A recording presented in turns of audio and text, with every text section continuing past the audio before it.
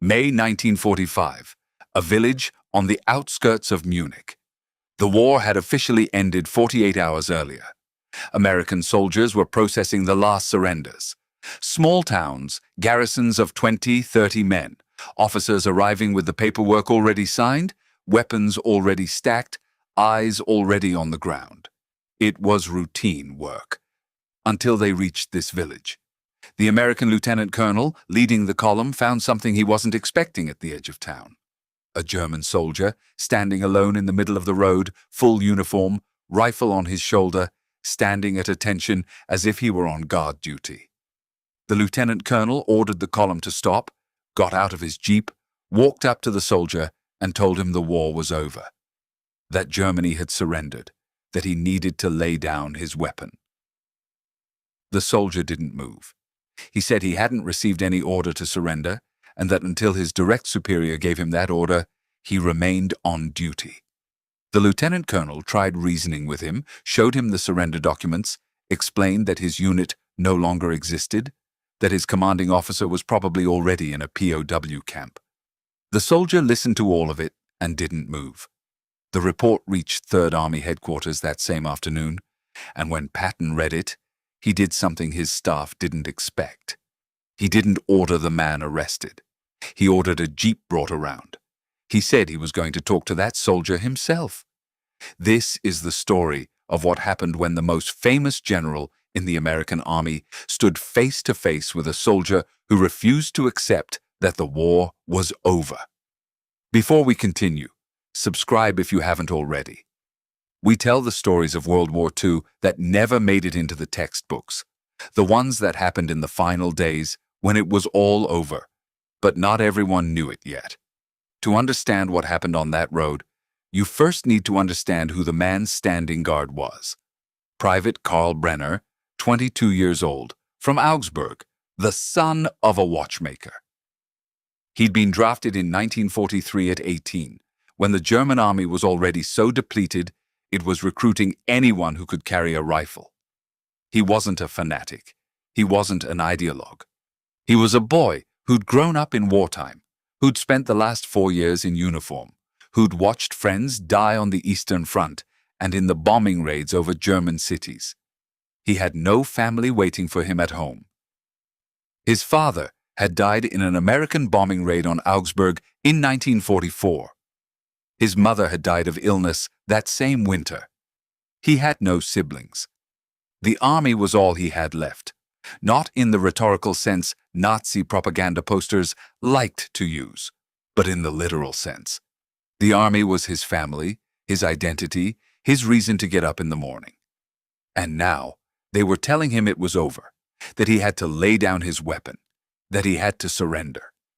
The problem was that no one with actual authority over him had told him that yet. His sergeant had vanished during the chaos of the last few days. His lieutenant had died in combat 3 weeks earlier.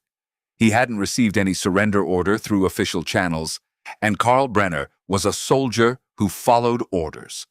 If no one with authority ordered him to surrender, he remained on duty. Simple as that. Complicated as that.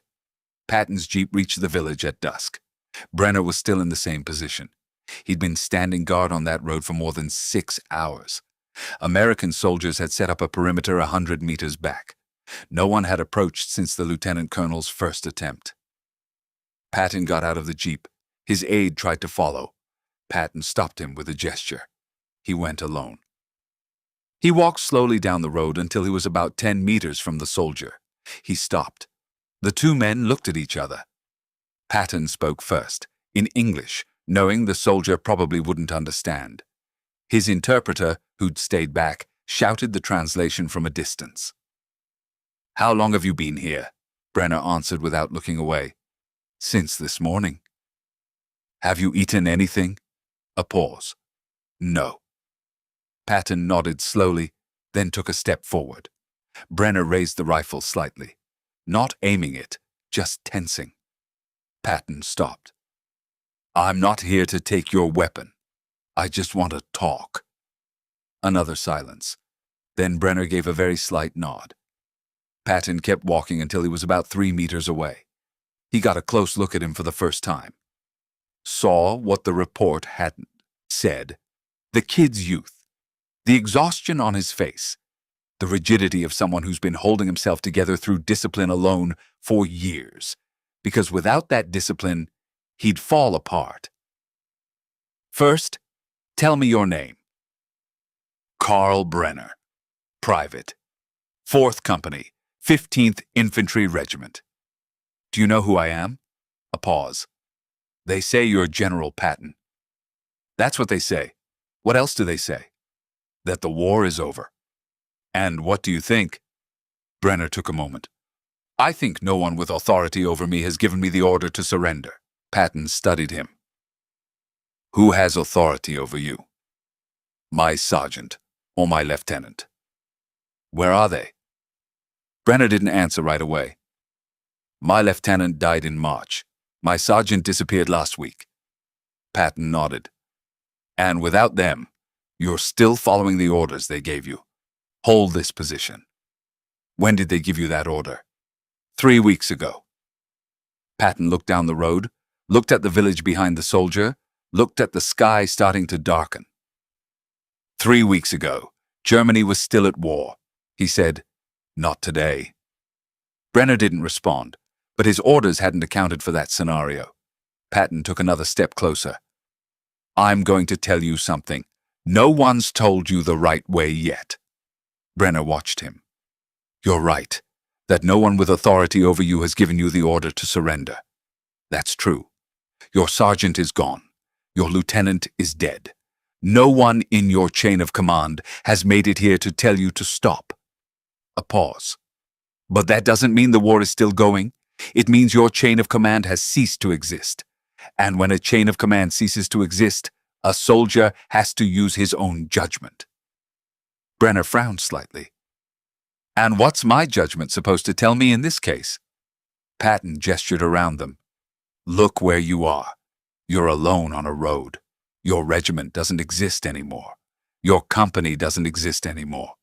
The army that put you here signed its surrender 2 days ago. The officers who gave you your orders are dead or in custody. There's no objective left to defend. There's no position left worth holding. Pause. Staying here isn't military discipline. It's standing alone on a road with no purpose. Brenner looked down at the ground for a moment, then looked back at Patton. If I surrender without orders, I'm disobeying. You're not using the judgment a soldier is supposed to use once his chain of command is gone. Military discipline doesn't mean following an order even after it stops making sense. It means understanding what the order was for and acting accordingly when the circumstances change. And what was the purpose of my order? To defend that position, as long as there was something to defend.